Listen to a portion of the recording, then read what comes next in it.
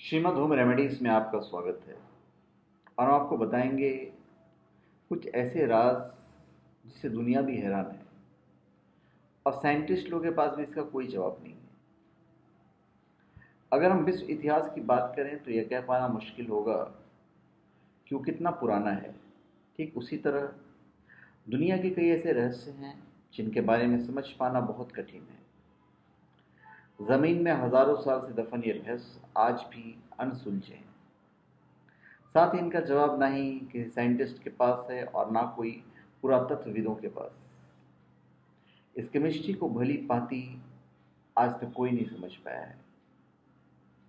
हम आपको बताने जा रहे हैं विश्व की कुछ ऐसे ही चीज़ों के बारे में जिसे दुनिया आज भी नहीं समझ पाई। आप इतिहास के इन गहने राज को आज हम आपको बताने जा रहे हैं। पहला है मिस्र की द स्क्रीमिंग ममी। मिस्र में मरने के बाद लोगों को मम्मी बनाकर दफन कर दिया जाता था। ये परंपरा वहाँ सदियों पुराना चला आ रहा है।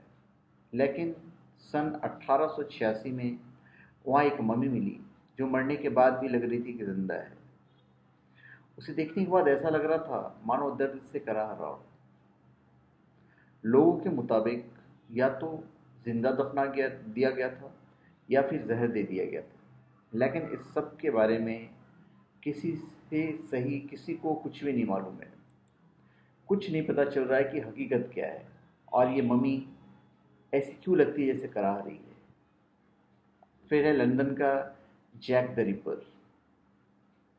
लंदन के रहने वाले जैक को सीरियल किलर के रूप में जाना जाता था। जैक ने ईस्ट लंदन में 5 महिलाओं की निर्मम हत्या कर दी थी, लेकिन उसकी शक्ल कोई नहीं देख पाया था। जिसके बाद इस सीरियल किलर पर कई किताबें लिखी गई, कई फिल्में आई, लेकिन इस रहस्य पर से पर्दा नहीं उठ सका कि वो सीरियल किलर कौन है। उसके बाद मिस्र की एक रानी की मौत का अनसुलझा गुत्थी थी। मिस्र की रानी क्लियोपेट्रा अपनी खूबसूरती के लिए पूरी दुनिया में मशहूर थी। जब उसकी मौत हुई तो महज 38 साल की थी।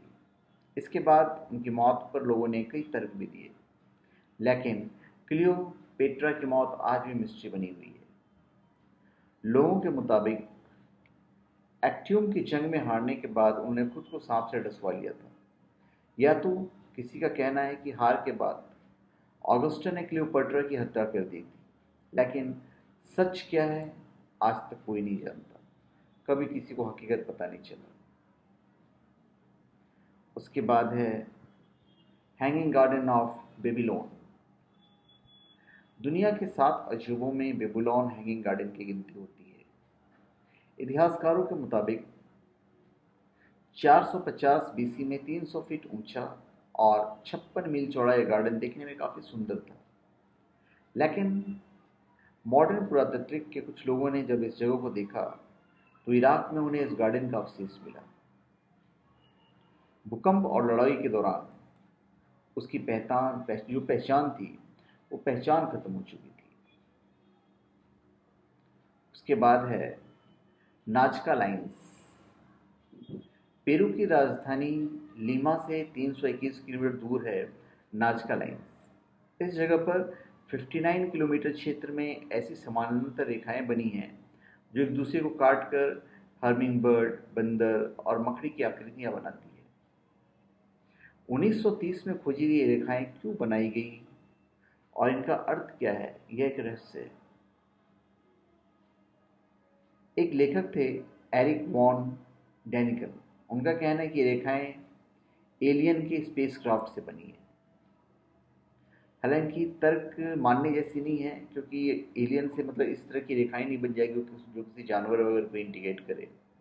तो ये रहस्य आज भी बरकरार है। फिर ये लेपाक्षी का झूलता हुआ स्तंभ, ये भी कमाल की चीज़ है। 16वीं शताब्दी में बना लेपाक्षी मंदिर आज की इंजीनियरिंग को चुनौती दिए हुए है। इस मंदिर में 69 कॉलम्स हैं और एक आश्चर्यजनक खंभा है जो जमीन को नहीं छूता है बल्कि छत से लटका हुआ है। इस मंदिर का निर्माण 2 भाइयों वीणा और विरूपण्णा ने 1583 में दक्षिणी आंध्र प्रदेश के अनंतपुरा जिले में कराया था। इंजीनियर आज भी इसके रहस्य को सुलझा नहीं सके हैं।